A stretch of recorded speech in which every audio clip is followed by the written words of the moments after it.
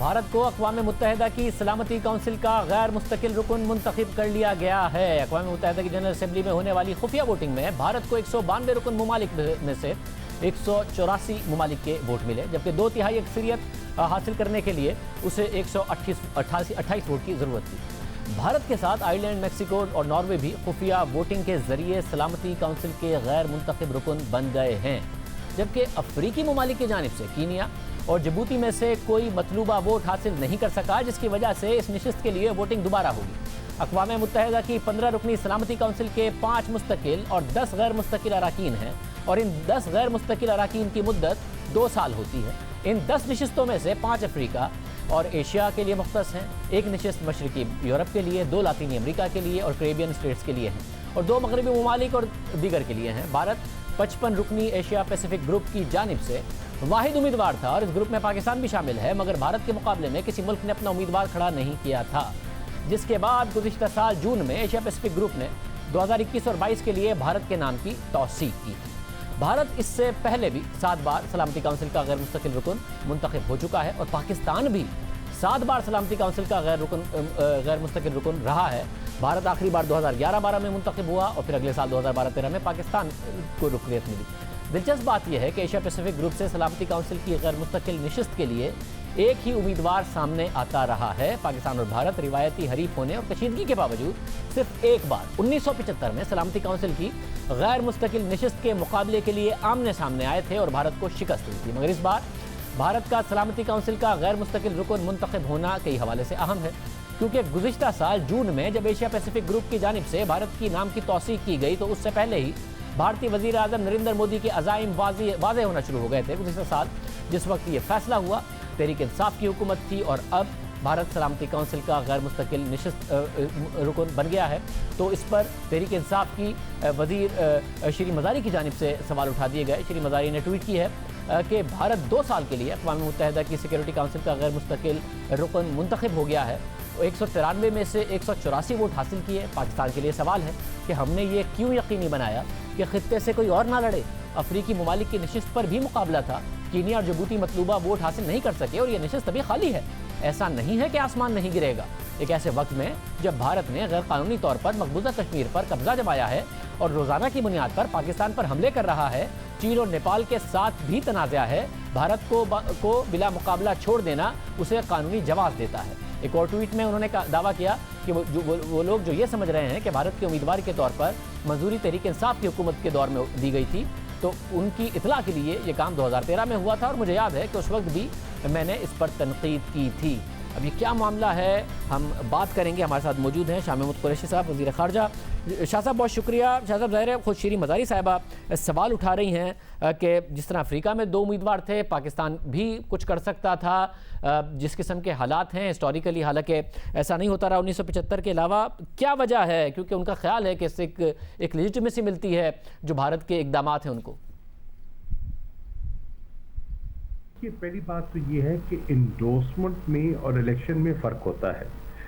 Election में हमने न माजी में भारत का साथ दिया न अब दिया, हमने भारत के खिलाफ वोट किया, जानते हुए कि वो हो जाएंगे, क्योंकि कोई रुकावट नहीं है। हमने असूली मौक़िफ़ अपनाते हुए भारत की मुखालफत की, क्योंकि 5 अगस्त के बाद जो उन्होंने गैर कानूनी इक़दामात उठाए, जिस तरह उन्होंने सलामती काउंसिल की करारदादों की धज्जियाँ उड़ाई, जिस तरह वो इंसानी हकूक़ को पामाल कर रहे थे, कोई जवाब नहीं रहता था कि हम इस पर खामोश रहते या एब्सटेन करते। हमने मुखालफत की, नंबर 1। नंबर 2 बात ये है कि जब ये फैसला हुआ तो देखने की बात है, ये भारत ने अपना इरादा का इजहार कब किया, और ये 2013 की बात है।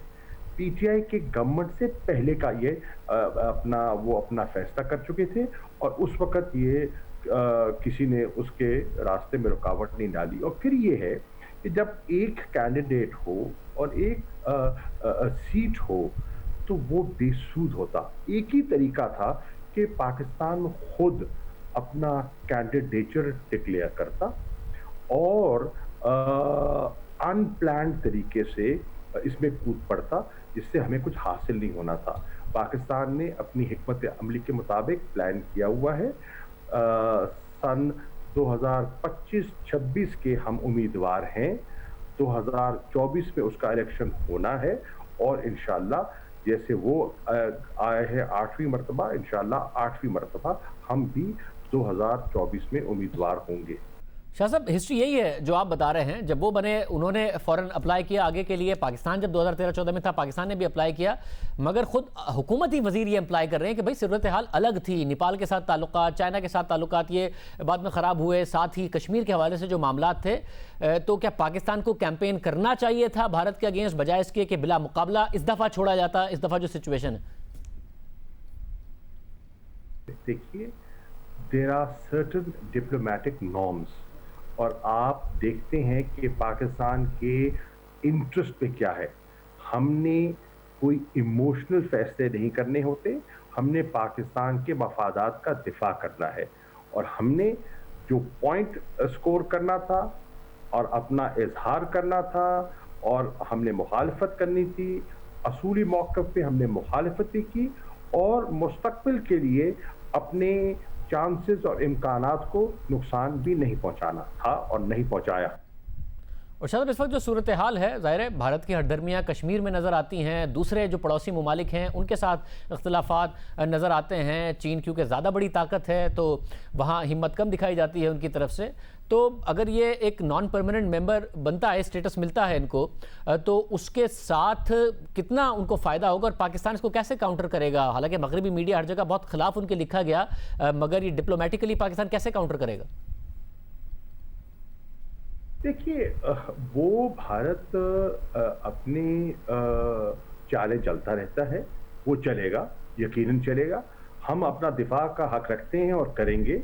वहाँ जहाँ उसकी मौजूदगी है तो सिक्योरिटी काउंसिल में हमारे भी दोस्त हैं, हमारे भी खैर खा हैं और भारत की कोई ऐसी चाल होगी तो हमारे वहाँ खैर खा मौजूद हैं जो उसको ब्लॉक कर सकते हैं। बहुत शुक्रिया। वज़ीर ख़ारजा पाकिस्तान शामिद कुरैशी साहब हमारे साथ मौजूद थे। प्रोग्राम में एक ब्रेक। आज बड़ा अहम फैसला आया इमरान फारूक कत्ल केस का। शुमाइला इमरान फारूक जो 10 साल तक खामोश रही, आज हमारे साथ मौजूद होंगी। एक ब्रेक के बाद